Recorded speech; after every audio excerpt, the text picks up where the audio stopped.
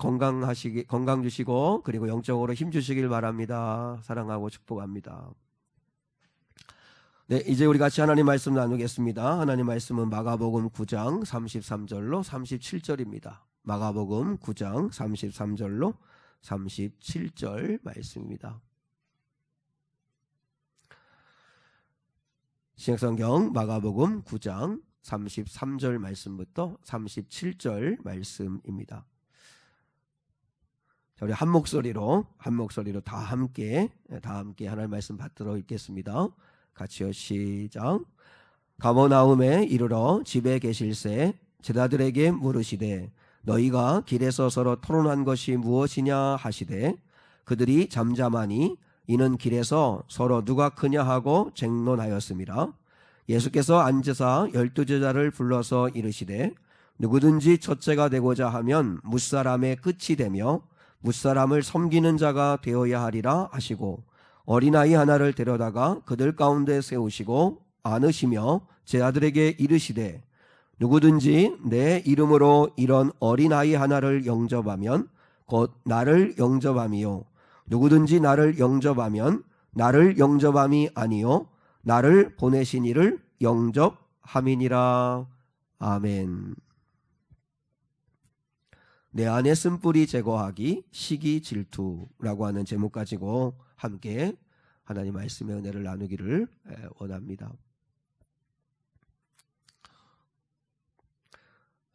하나님께서 가장 기뻐하실 때가 언제일까요? 하나님이 우리를 통해서 가장 큰 영광을 받으실 때가 언제일까?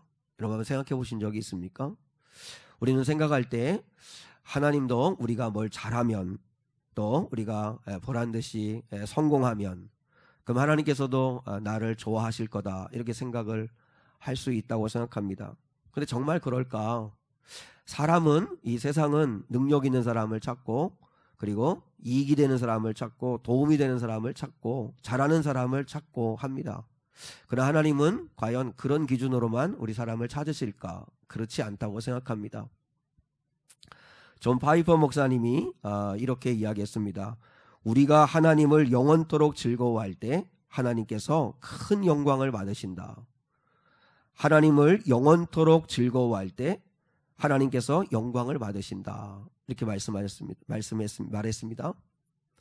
하나님을 즐거워하는 것과 하나님이 영광 받으시는 것이 같은 이야기라는 거예요. 그러니까 하나님이 우리를 통해서 영광을 받는다. 하나님이 나 때문에 너무너무 기뻐하신다. 근데 우리가 생각할 때는 내가 뭘 잘하면 내가 뭔가를 이루면 그러면 하나님은 나를 통해 영광 받으실 거라고 생각하지만 그러나 성경의 기초로 해서 존 파이퍼라고 하는 평생 성경을 연구하신 목사님이 이야기할 때 하나님을 즐거워하는 것만으로도 하나님은 얼마든지 우리를 통해서 영광을 받으신다. 우리가 그분을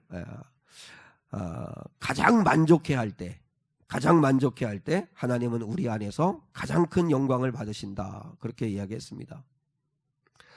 그러므로 사랑하는 여러분, 내 삶의 내용이 형편이 없고 자랑할 것도 없고 너무 초라한 인생처럼 느껴질 때 하나님도 나 같은 자를 별로 좋아하지 않으시겠지? 이렇게 생각하는 건 마귀가 주는 생각이란 사실을 기억하셔야 합니다. 나의 부족함이 아버지의 영광을 가리지 않습니다. 한번 따라하겠습니다. 나의 부족함이 아버지의 영광을 가리지 않습니다. 시작. 아버지의 영광을 가리지 않습니다. 여러분 절대 오해하시면 안 됩니다. 내 부족함이 하나님의 영광을 가리지 않습니다.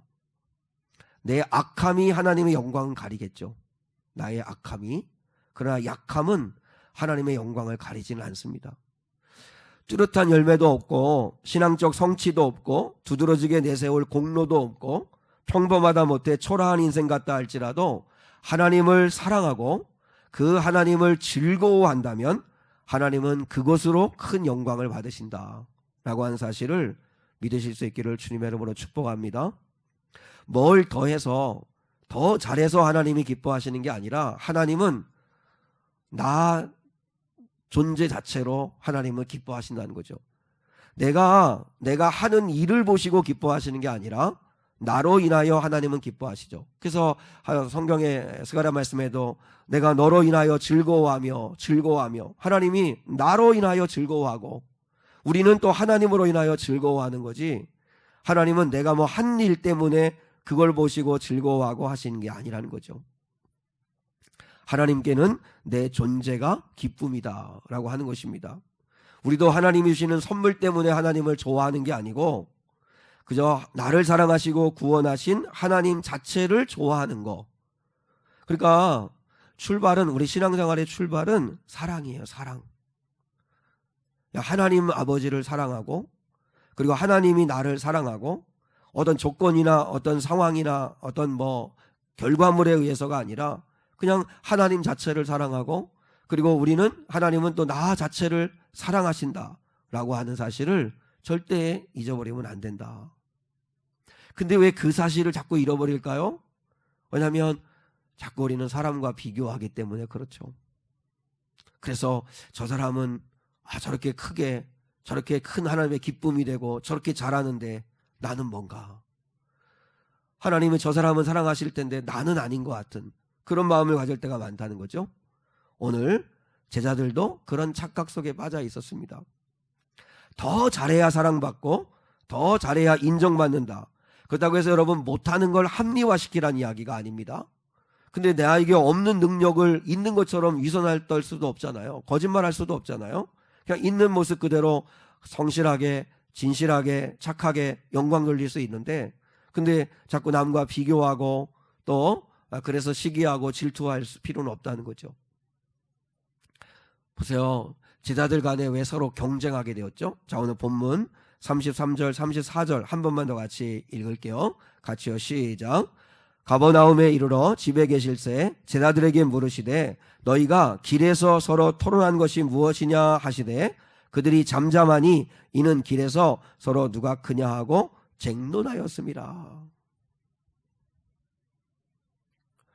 주님이 물으셨어요. 너희들이 길에서 올 때 왜 너희들 서로 다퉜냐?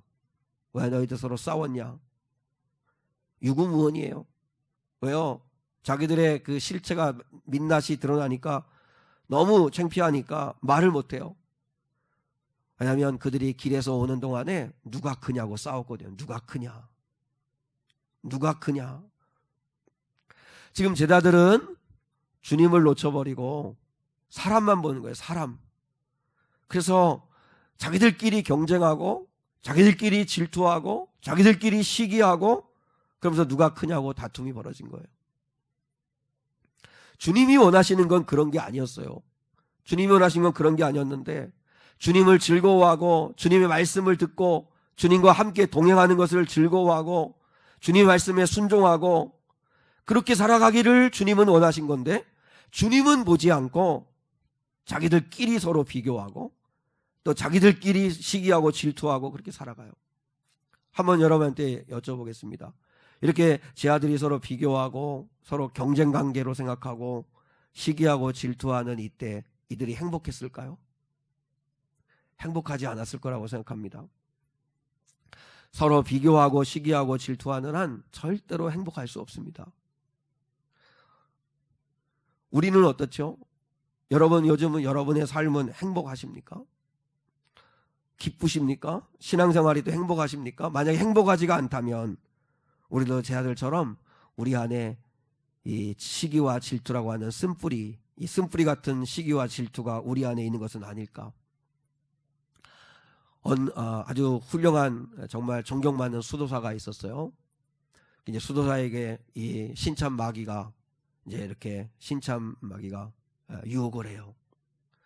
이성으로 유혹을 해요. 성적으로 유혹하는데 전혀 흔들림이 없고 요동함이 없어요. 마음에 흔들림이 없어요.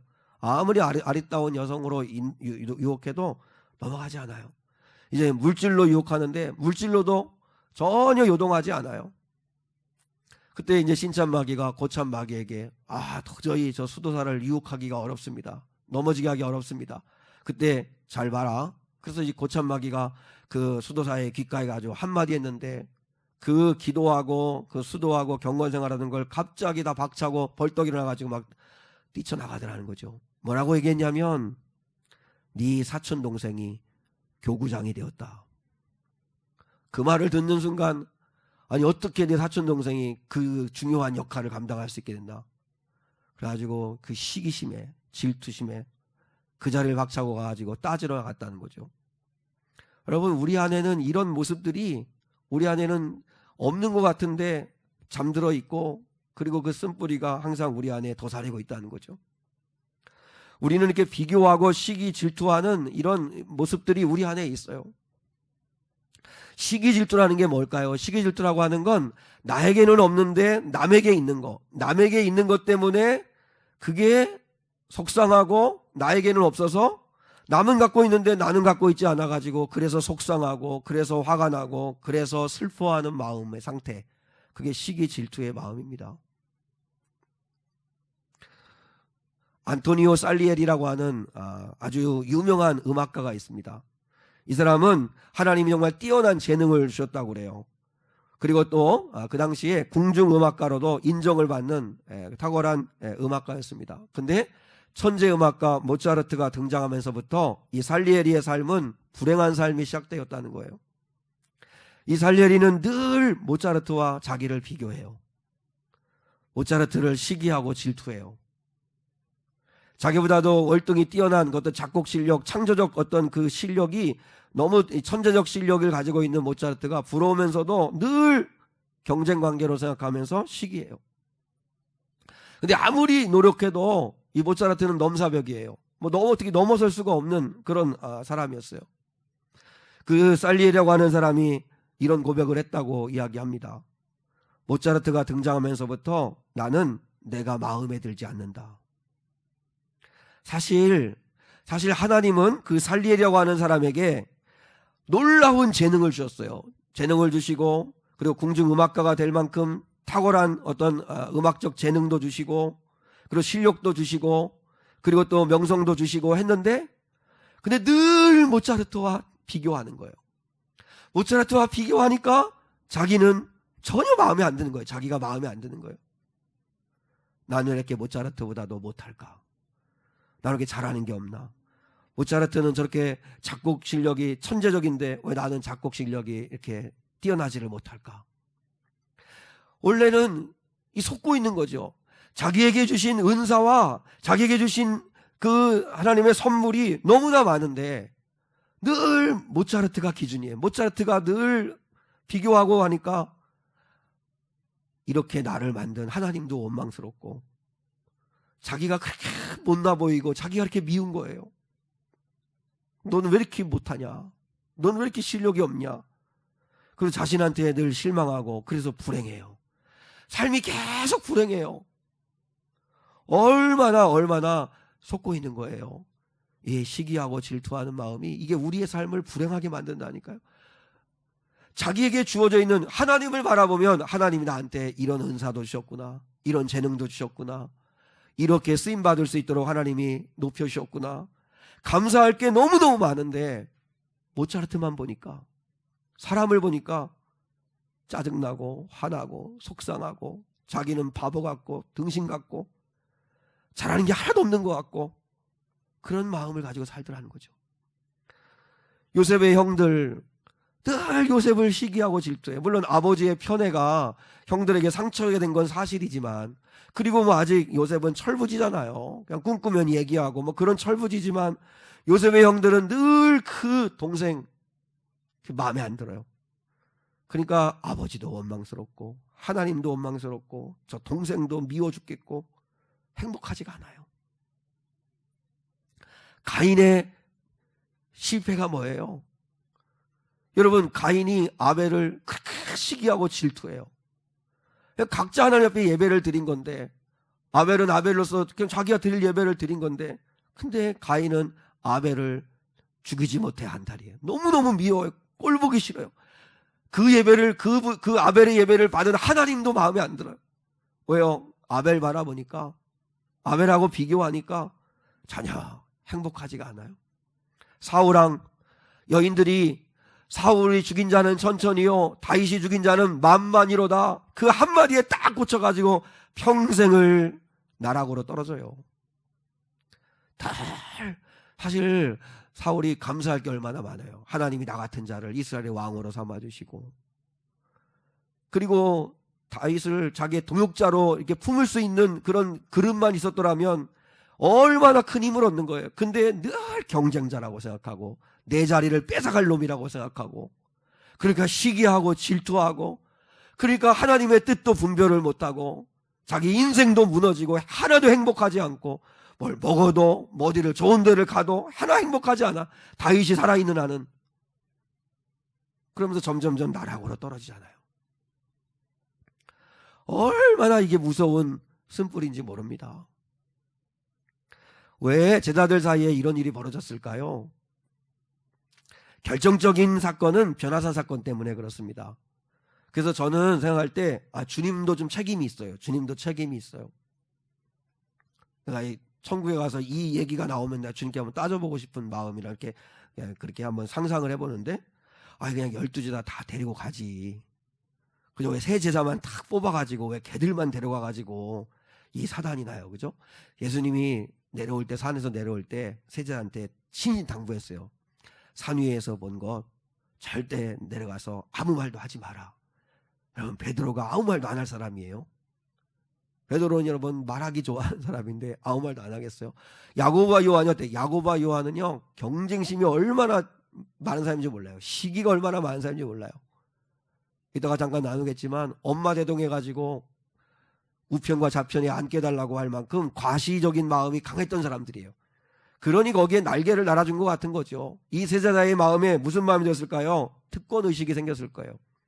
우리는 나머지 9제자들하고는 다르다. 우리는 뭔가 봤다. 우리는 뭔가 경험했다. 예수님이 우리는 특별히 더 유의하는 사람들이다. 12명이 모여있는 그 공동체 안에도 시기가 있고 질투가 있고 비교가 있고, 그래 행복하지가 않아요. 우리가 살아가는 세상이 그렇잖아요. 세상은 다 경쟁사회잖아요.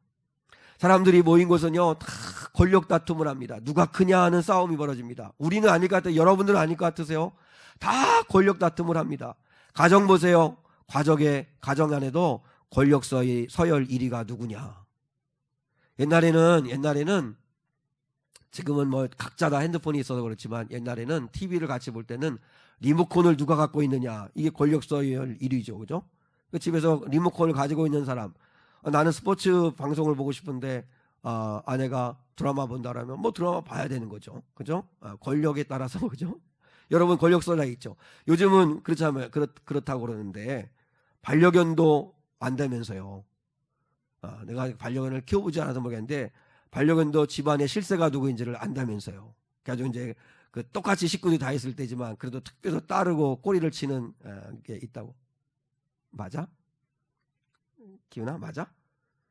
너희 집에서는 누가 걔가 제일 호동이가 누구를 제일 좋아해? 엄마? 엄마가 실세구나. 그래.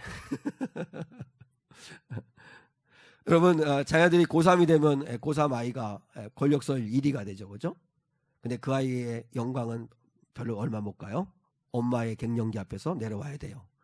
서열이 내려와야 돼요. 엄마의 갱년기는 누구도 이길 수 없죠. 그죠? 부부간에도 힘겨루기를 합니다. 부부간에도 힘겨루기를 하고, 누가 크냐, 누가 더 힘이 있냐, 계속 싸우죠. 한쪽에서 져야 되는데 지지 않는 한 이 싸움은 계속됩니다. 사랑해서 사실 만났는데, 그죠? 어떻게 부부간에도 계속 갈등하고, 왜 내 말대로 안 하냐고 싸우고 그러잖아요. 직장에 가보십시오. 직장은 완전히 서열 문화죠. 누구 라인이냐, 누가 선임이냐, 누가 입사를 먼저 했느냐, 정규직이냐 비정규직이냐, 서열을 나눠요. 공연장이나 경기장이나 열차나 그리고 또 이렇게 비행기나 1등석, 2등석, 3등석 다 나눠져요. 심지어는요, 교회 안에도 이 서열 문화가 존재한대요. 그래서 선임이 누구냐, 임직 순서가 누가 먼저 받았느냐. 제가 노예에서 이렇게 일을 좀 섬겨주고 있는데, 근데 여러분, 그 노예 목사님들과 장로님들이 참 그렇지만 언제 노벨 대발을 하시는 줄 알아요? 자기가 먼저 써줘야 되는데 이 순서가 바뀌었을 때, 순서가 바뀌어졌을 때 난리가 나요. 내가 왜 그 사람 뒤냐? 내가 왜 앞이 아니냐? 막 이러면서 얼마나 민감한지 몰라요. 여러분, 교회 안에도 이런 것이 들어와 있어요. 누가 크냐? 누가 크냐? 누가 목사님한테 더 가까운 사람이냐? 누가 목사님의 오른팔이냐? 별 아무것도 아닌. 근데 여러분, 심지어는 그것도 안 되면 뭐라고 하죠? 너 나이가 몇 살이야? 그죠? 나이로 막 누르려고 하고. 선교사들이 우리 조선에 들어와 가지고 제일 선교할 때 힘들었던 것 중에 하나가 뭐였냐면 어디에 앉는 게 그렇게 힘들었대요. 방 안에 들어가도요, 우리는 다 자연스럽잖아요. 그죠? 방 안에 들어가도 상석이 어딘지 우리는 금방 알잖아요. 그죠? 근데 선교사들은 모르는 거예요. 그냥 편한 데 앉고 앉고 싶은 데 앉는 거고, 먼저 들어온 사람이면 먼저 앉는 거고, 이런 건데, 근데 선교사가 이렇게 앉아 있으면 그러면 와가지고 여기 일어나라고, 여긴 누가 앉을 자리라고. 그래서 어디를 가든지 이게 어디에 앉아야 되는지 때문에 너무너무 힘들었다는 거예요. 우리나라는 이런 문화가 유교 문화의 잔상인지 모르지만 이 서열 문화가 너무너무나 강하죠. 근데 우리 본능은 뭐예요? 본능은 밀리고 싶지 않고, 지고 싶지 않고, 이기고 싶고, 어디 가든지 높아지고 싶고, 대접받고 싶고, 그게 우리의 마음이잖아요. 여러분, 우리는 끊임없이, 겉으로는 내색을 안 하더라도 끊임없이 누가 크냐는 다툼과 싸움을 합니다. 남이 없는 것을 내가 가지고 있을 때는 우쭐하고, 남은 있는데 나는 없으면 그러면 괜히 기죽고 시기하고 질투하고, 그게 우리의 모습이잖아요. 근데 오늘 말씀 보니까 주님은 누가 크냐는 이런 거에 대해서는 전혀 관심이 없더라는 거예요. 주님은 관심이 없어요. 단 여러분, 우리 안에 있는 이 쓴뿌리, 첫 번째 이 시기와 질투, 이것을 우리가 어떻게 극복하고 행복한 삶을 살 수 있을까? 이것만 좀 극복할 수 있다면 행복할 수 있을 텐데 어떻게 가능할까? 그래서 두 가지를 제안을 하고 싶습니다. 첫 번째, 따라하겠습니다. 예수님 마음 품기. 시작. 예수님 마음 품기. 예수님의 마음을 품자. 자, 예수님의 마음을 품자. 자, 빌립보서 2장 5절로 8절 말씀 한번 같이 봐요. 같이요. 시작. 너희 안에 이 마음을 품으라. 곧 그리스도 예수의 마음이니 그는 근본 하나님의 본체시나 하나님과 동등됨을 취할 것으로 여기지 아니하시고 오히려 자기를 비워 종의 형체를 가지사 사람들과 같이 되셨고 사람의 모양으로 나타나사 자기를 낮추시고 죽기까지 복종하셨으니 곧 십자가에 죽으심이라. 예수님이 오늘 35절에서 뭐라고 말씀하셨어요? 그러니까 그렇게 서로 다투고 싸우는 제 아들 향해서 이렇게 말씀을 하셨어요. 35절 한번 같이 본문 보겠습니다. 시작. 예수께서 앉으사 12제자를 불러서 이르시되 누구든지 첫째가 되고자 하면 뭇사람의 끝이 되며 뭇사람을 섬기는 자가 되어야 하리라 하시고. 섬기는 자가 되라. 섬기는 자가 되라. 보세요. 빌립보서 2장에서도 그 사도 바울이 하나님께서 우리에게 너희에게 이 마음을 품어라.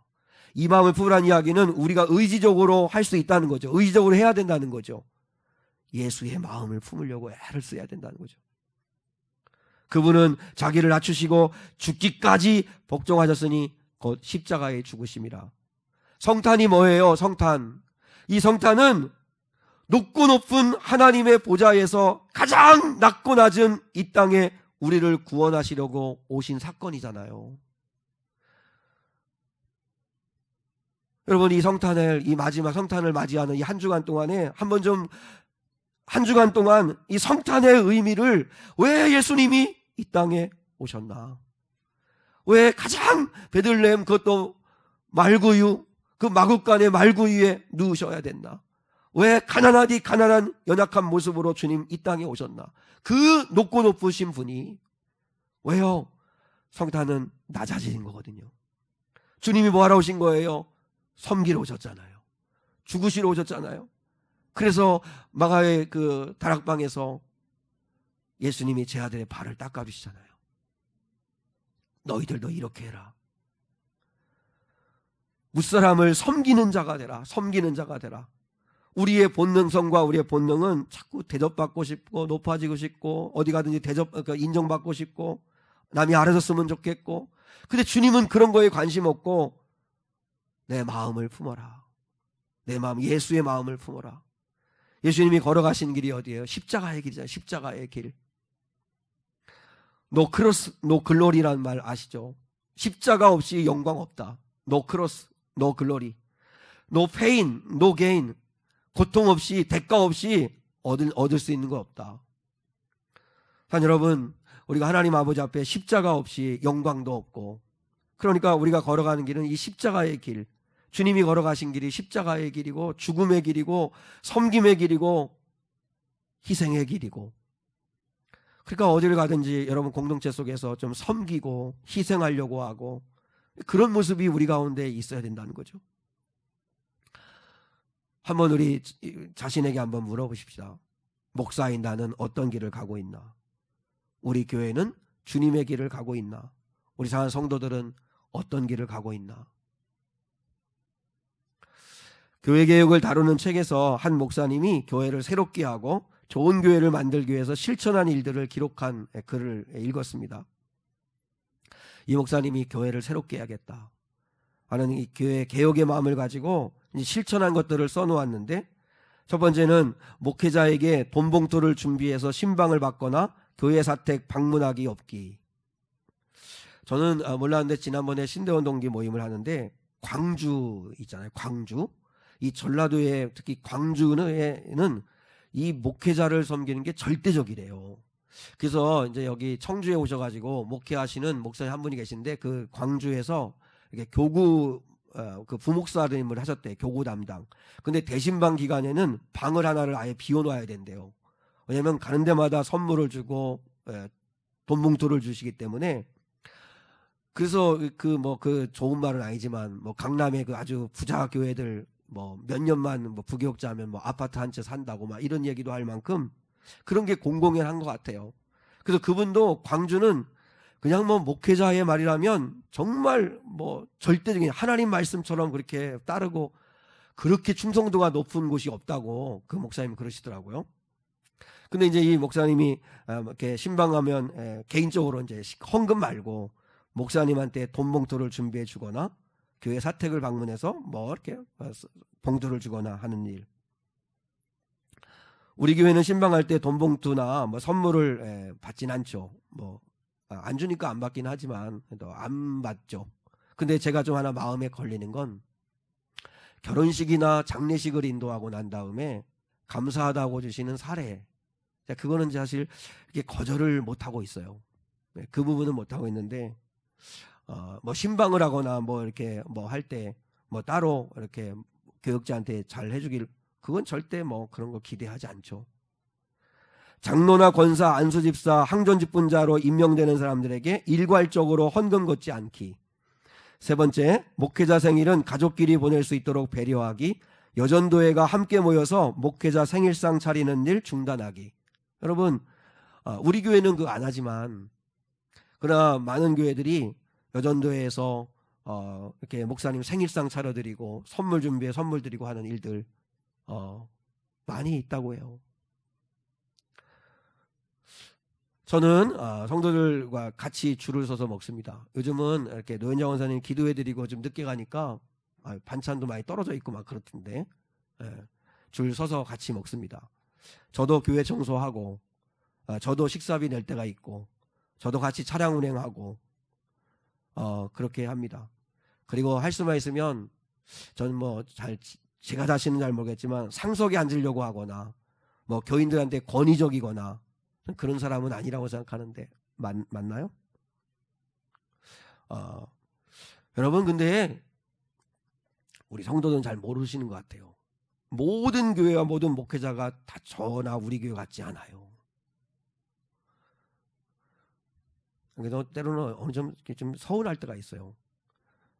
그리고 네 번째, 이 목사님이 강단에서 헌금자 명단 읽는 문화 무조건 없애기. 저희는 헌금 누가 했다, 그리고 강단에서 이렇게 봉투 들고 읽거나 이런 거 전혀 안 하죠. 헌금 개수하는 현장에 목회자 참석하지 않기. 그냥 이제 재정부원들이 이렇게 헌금 같이 기도하시고 이제 하시죠. 물론 뭐 이제 보고는 맞지만 이제 그렇게 하죠.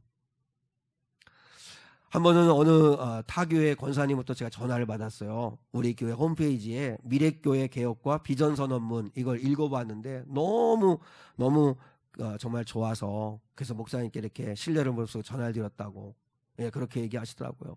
우리가 교회 발전위원회를 둔 거, 그다음에 제가 2019년도에 유임 목사가 됐습니다. 여러분들은 아실지 모르겠지만 우리 비전선언문에 보면 약속한 거에 보면 유임 목사가 되고 나면 7년째 되는 해 신임 투표를 받겠다 하는 내용이 있습니다. 그러니까 저는 2026년도에 공동회에서 신임 투표를 받아요. 물론 이게 뭐 형식적일 수도 있겠지만 뭐 그렇지만 이렇게 하는 이유는 뭐냐면 조금이라도 좋은 교회 한번 만들어 보려고 하는 거죠. 뭐 신임 못 받으면 떠나는 거죠. 뭐 그거 어떻게 할 수 없는 건데. 근데 여러분, 우리가 그렇게 열심히 이렇게 애쓰고 해요. 근데 우리 성도들은 잘 모르시는 것 같아요. 이런 점 때문에는 나는 우리 교회가 참 좋아요. 뭐 이런 이야기도 좀 할 수 있어야 되는데 나는 별로 하지를 않으시더라고요. 모든 교회와 모든 목회자가 다 그런 거라고 생각하시는 것 같아요. 근데 그렇지 않거든요. 제가 말씀드리는 이유는 뭐냐면 우리가 어떻게 하면 조금이라도 조금 이렇게 주님이 가신 길을 좀 따라가 볼까. 그래서 이렇게 좀 제도도 만들어 보고 형식도 좀 따라 만들어 보고 어떻게 이제 노력을 해보는 거죠. 왜요? 주님이 가신 길, 너희는 섬기는 자가 되라. 너희는 주는 자가 되라. 대접하는 자가 되라. 너는 더 낮아지는 종이 되라. 세상과 역행하는 길이지만 그러나 내 삶의 방향과 태도가 주님의 말씀과 결을 같이 하는지 우리가 한번 점검해야 된다는 거죠. 내가 예수의 마음을 가지고 살고 있나? 예수의 마음을 가지고 살고 있나? 하는 것을 우리가 점검할 수 있어야 한다 하는 것입니다.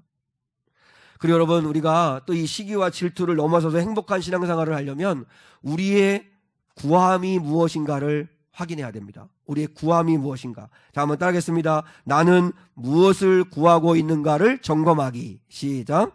나는 무엇을 구하고 있는가 점검하기. 마태복음 20장에 보면 두 부류의 예수님께 구하는 사람들이 나옵니다. 첫 번째 부류는 예수님이 물었습니다. 내가 무엇을 원하느냐? 그런데 야고보와 요한이 엄마를 앞세우고 나와서 뭐라고 물으냐면 우리를 우편과 좌편에 앉게 해주십시오 하고 구합니다. 그때 예수님, 그가 한마디로 말하면 이 엄마와 야고보와 요한의 엄마와 야고보와 요한은 예수님의 우편과 좌편에 앉고 싶은 거죠. 성공하고 싶고 예수 믿어서 잘 되고 싶고 예수 믿어가지고 복 받고 싶고. 사실 잘 되게 해달라, 성공하게 해달라고 구하는 건 당연한 일이죠. 할 수 있죠. 근데 이 어머니는 너무 이기적이죠. 자기 자식들만 잘 되게 해달라는 거잖아요. 자기 자식들 야고보와 요한만 다른 제자들보다도 우편과 좌편에 앉게 해달라고. 얼마나 기도가 이기적이에요. 우리 교회만, 우리 식구만, 그래서 이렇게 우리가 구하는 기도에 이기적인 기도가 많이 있죠. 여러분, 우리의 기도도 디톡스가 필요해요. 독성이 빠져야 돼. 이기적인 독성이 좀 빠져야 돼요. 그때 주님이 그들의 구함을 들으시고 뭐라고 말씀하셨죠? 자, 한번 읽겠습니다. 27절과 28절 시작. 너희 중에 으뜸이 되고자 하는 자는 너희의 종이 되어야 하리라.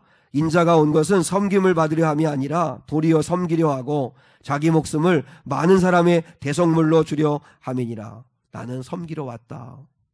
너희도 누군가의 종이 되어라. 자꾸 주인 노릇하려고 하고 하지 말고 너도 종이 되어라. 인자가 섬김을 받으려고 온 게 아니라 나도 섬기러 왔으니까 너희도 섬겨라. 그러한 다음에 여리고의 두 시각장애인이 예수님께 구합니다. 뭘 구하느냐 이렇게 구하니까 이들이 뭘 구하냐면 보기를 원하나이다.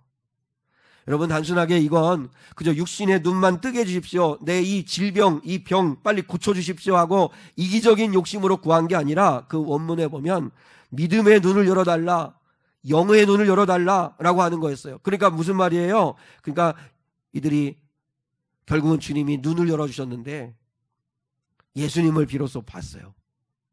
예수님이 행하시는 일을 봤어요.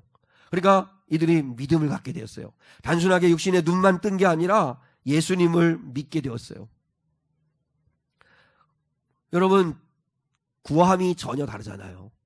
예수님의 제자라고 하는 야고보와 요한은 엄마 대동해가지고 우편과 좌편에 높은 자리에 앉게 달라. 근데 이 시각장애인 둘은 주님 보기를 원합니다. 주님 보기 원하고, 주님의 살아계심을 보기 원하고, 주님의 일하심을 보기 원하고, 주님 내 믿음의 눈을 열어 좀 보기 원합니다. 우리의 구함은 무엇이 되어야 될까요? 자꾸 구함이 이기적이 되면 시기 질투에 빠지게 되어 있습니다. 우리의 구함도 보기를 원하나이다. 하나님의 살아계심을 보고 싶고, 주님의 사랑을 보고 싶고, 성도들이 생기 있고 활기 있게 살아나는 걸 보고 싶고, 성령의 능력이 나타나는 걸 보고 싶고, 마른 뼈들 같은 우리 영혼들이 살아나는 것을 보고 싶고, 우리의 아들, 딸들이 성령 받고 거룩한 하나님의 자녀가 되는 것을 보고 싶습니다. 여러분, 구하는 것을 좀 다르게 하셔야, 그래야 시기 질투에 빠지지 않고 행복한 신앙생활을 할 수 있습니다. 그 길을 가시는 저와 여러분 될 수 있기를 축복합니다. 기도하겠습니다. 하나님 아버지, 감사합니다. 오늘 거룩한 주일을 맞이해서 하나님께서 말씀해 주셔서 감사합니다. 내 안에 시기와 질투, 쓴뿌리를 제거하기를 소망합니다. 그러기 위해서 주님의 마음을 품게 해주시고, 그리고 보기를 원하나이다. 하나님, 우리의 구함의 내용이 달라지기를 원합니다.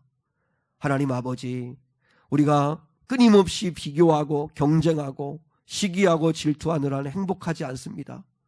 주님, 행복한 신앙생활을 위해 우리 안에 있는 마음이 주님의 마음으로 변화되게 해주시고, 그리고 우리 안에 있는 독성, 쓴뿌리를 뽑아내게 하셔서 정말로 주님, 우리의 구함과 우리의 기대와 우리의 기도의 제목마저도 주님이 기뻐하시는 것으로 변화될 수 있도록 도와주시옵소서. 사랑이 많으시고 자비하신 아버지 하나님, 이 시간은 특별히 이제 하나님 아버지의 사역을 지원하는 시간을 갖기를 원합니다. 주님, 우리 교회는 상한 성도들의 주님이여 연약하고 부족하지만 십시일반 함께 지혜를 모으고 힘을 모으고 열정을 모으고 헌신을 모으고 희생을 모아 교회가 세워져 갑니다.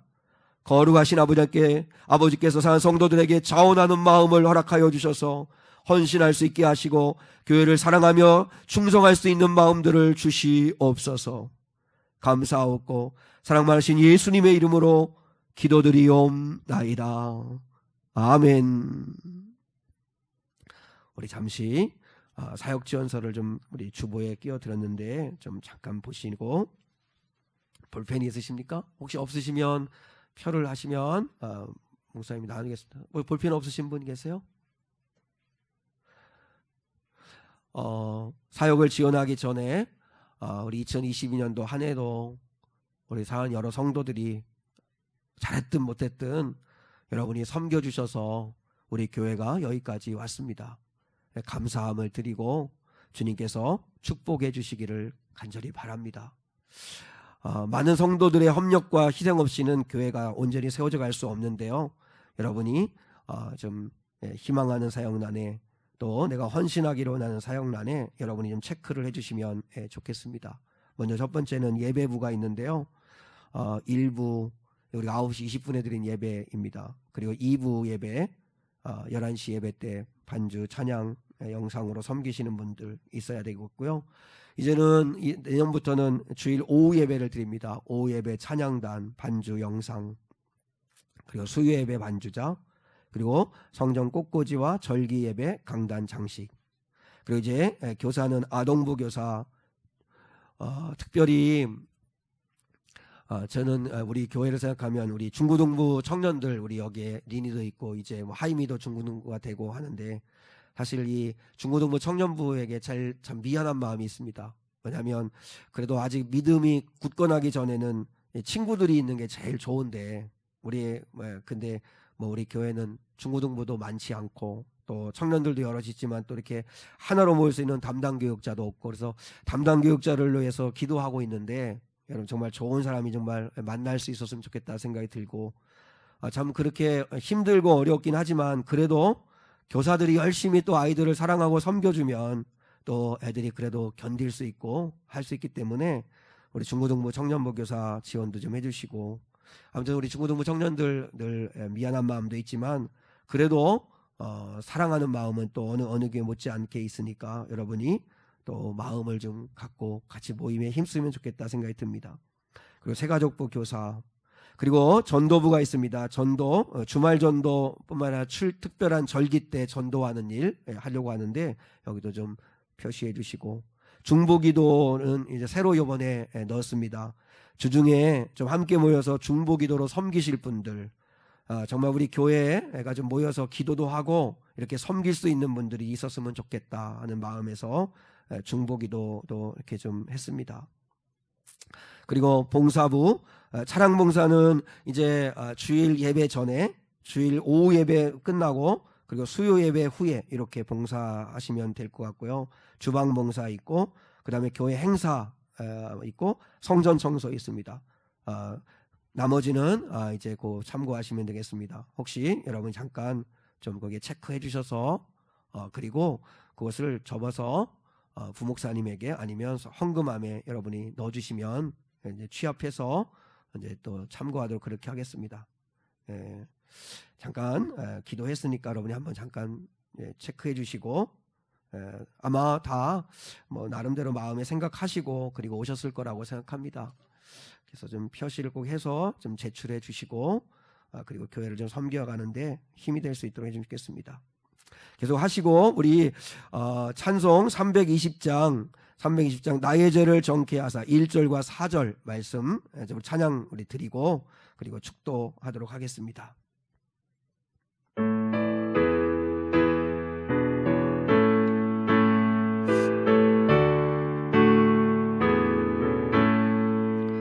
나의 죄를 정케 하사 주의 일꾼 삼으신 그 새 주의 넓은 사랑 항상 찬송합니다.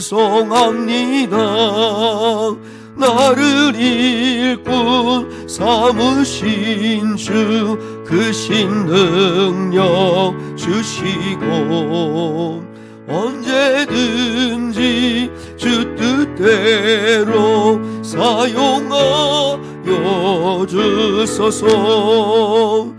주여 내게 성령으로 충만하게 채우사 생명수가 강물처럼 흐르게 하옵소서.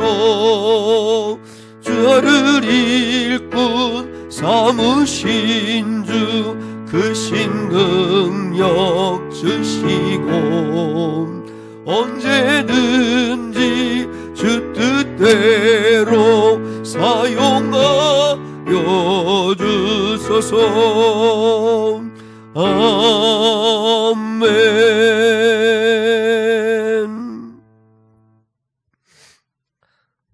지금은 우리 주 예수 그리스도의 은혜와 하나님 아버지의 극진하신 사랑과 성령 하나님의 함께 하심이 오늘 여기 모여 거룩한 주일을 맞아 예배한 사는 성도들 위해 무엇보다 교회를 섬기는 겸손한 마음을 가지고 헌신을 결단하는 성도들 위해 하나님 아버지, 하나님은 우리의 연약함이나 부족함이나 못남이 아니라 내 존재를 기뻐하시고 내가 그 있는 자리에서 하나님을 기뻐하는 한 하나님은 영광 받으신다는 사실을 믿고 그렇게 살기 원하는 예배자들 위해 이제로부터 영원까지 함께 하시기를 간절히 축원하옵나이다.